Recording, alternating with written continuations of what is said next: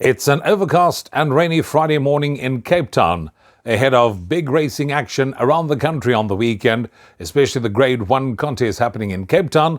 But you're joining me for the preview of Hollywoodbets Scottsville on Sunday. Hello from me, Rouvaun Smit. Welcome to A Sure Thing.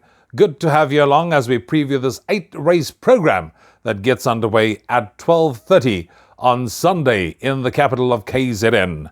Now, the first race on the card is a maiden juvenile plate for fillies, where 6 runners will go to the 800-metre mark for the scurry in the opener on the programme. And of course, we've got no betting to give us an indication as to who the horses are that are fancied at this early stage, nor do we have any form to go on, nor do we know the well-being of any of them. We can only surmise on their breeding who could possibly be the ones that we could go with. But I say it's best to actually see them in the flesh, so wait for 15 minutes before the off, till when they enter the ring, check their well-being, see by that stage as to how the betting market has settled and make an informed decision, because you're going to need to pick one for the Hollywoodbets Punters Challenge, which starts, of course, at 12:25. So you need to be on 5 minutes before the off of the advertised starting time of race 1. Get those selections on. It's free of charge. Take the bet slip, because if you pick the winners, you could end up with a nice big cash incentive prize at the end of the day. So, no selection, race 1. We'll have to watch the betting and see how that all pans out. Race 2 is a maiden plate for fillies. 7 of them to contest this 1,000-metre event. And here I decided to go with the Gavin van Sale trained number 5, Dressed to the Nines. Runner-up in her last 2 starts. She's having her peak run, and she should be cherry-ripe to go one better and take the lion's share of the prize money in the second, ahead of number 3, Roy's Grace. That was a much improved performance last time out, showed lots of pace and was staying on at the business end, and a similar type of run could get Roy's Grace into the money. I thought the Highfold Raider also needs to be given a chance, purely because she's got a 4-kilo claiming Appy on board in JC Buertus, and I think JC can probably get this one to run into the money as well and should finish closer to the action. And then, of course, I mentioned the first timer that we need to look at, related to a 5-time winner, King of Venus. This horse can be anything, and I don't think it needs to be a superstar to be able to win a race of this nature. So that one also gets the nod to go in as one of the minor placings. 5, 3, 1 and 7 is my selections for race number 2.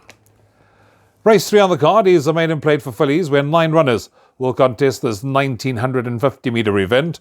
And I made quite a few notes because there are quite a few with chances. Number 1, for example, Mocha Blend. On debut was slow away, lost 2 lengths, was green, but was running on in the closing stages. So I'm expecting natural improvement to come, because with that run under the belt, that would have given Mocha Blend all the necessary experience and will enjoy the step up to 1950. So Mocha Blend is going to be my first choice selection. I've also got big respect for number 5, Hurricane Flight, has got consistent form. This happens to be Doug Campbell's only runner on the day, so that one needs to be taken into account. 3, La Vida Loca from the stable of Glenn Cotson was runner-up in her last start, and I think if she stays, she certainly also comes into the reckoning. And the number 4, Perfectly Picked, must have a money chance on the recent form shown. 1, 5, 3 and 4. Those are the numbers I'm going with in race number 3. As we now move on to race 4 on the card. In race 4, we've got a field of 8 runners who will contest this merit-rated 76 handicap over 2,400 metres. And here I wrote, there's precious little to choose between number 5, the Mikado, and number 7, Flying Cool. Now, number 5, the Mikado, and 7, Flying Cool on their last meeting give 7, Flying Cool, the edge, because Flying Cool is 1 kilo better off for a 3-part length beating by the Mikado. Is it enough to bring them closer together? Probably it is, but I'm going to be siding with number 5, the Mikado, as my first choice selection. I think should have finished closer. Last time out was hanging in the closing stages. Has got absolutely no stamina doubts if one looks at the form, and I do think is a big run, and I'm going to make that the horse to beat in race number 4, ahead of number 7, Flying Cool, who's obviously won and has place if one looks at the form at Hollywoodbets Scottsville. The blinkers are off. First time going over 2,400 metres. Can go close, but I think has got 5, the Mikado, to beat. For third, I'm going with number 3, Mr. Fix-It, who was an easy winner of his maiden last time out, will enjoy the step up in trip, and I think we'll have more to come. And then for fourth, I'm going with number 1, Captain Oliver, who won his maiden in his second start, and on pedigree should stay the distance, and I think that is also one that could show likely improvement in this kind of company. So my selections for race 4, 5, 7, 3 and 1. Race 5 is a merit-rated 82 handicap, a race for fillies and mares over 1,600 meters. And this is a race where you probably could make a case for quite a few of them. For example, number 1, Way to Burn. Craig Zaki has got the best out of her in her last 2 starts, so he's back on board. I think there's more to come with Craig back on board again. Number 2, Green Light All the Way from the stable of Glenn Cotson. Solid recent form. If not Slow Away, I think should also give a good account of herself. 3, Safe and Sound. Went to the front last time to win. A repeat of that performance could make her very hard to be pegged back in the closing stages. And then we get number 4, One Smart Cookie, who I sort of singled out as the horse they all have to beat. Has got consistent form. Sean Veal retains the ride, and I think we can expect another cracking performance from number 4, Smart Cookie, and I'm going with her as my first choice selection, ahead of number 7, who is Gorgeous Girl. Now, she stayed on over this course and distance last time out, and if one looks at her last form line, and you go and click on it and you check the form line, you'll see that quite a number of horses have come out to frank that form. So she's ideally course and distance suited. To me, is a big runner in this kind of company. I'm giving her the verdict for second, ahead of number 2, Greenlit All the Way. And for fourth, I'm going with number 1, Way to Burn. So 4, 7, 2 and 1 are the selections for me in race number 5. 6th race on the program is a merit-rated 78 handicap where 11 runners will contest this 1,400 meter event. And another race where you probably could make a case for a few of them. Number 1, Give Me the Good Life. Got up to win his last start. He's having his third run after a rest.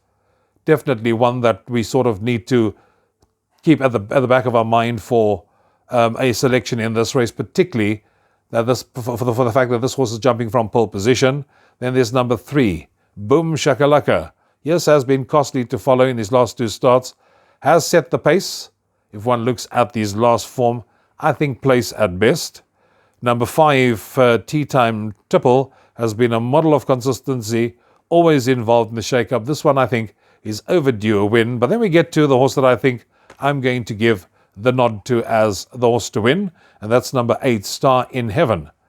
Yes, got a £3 penalty for that last win, but has got very good recent form.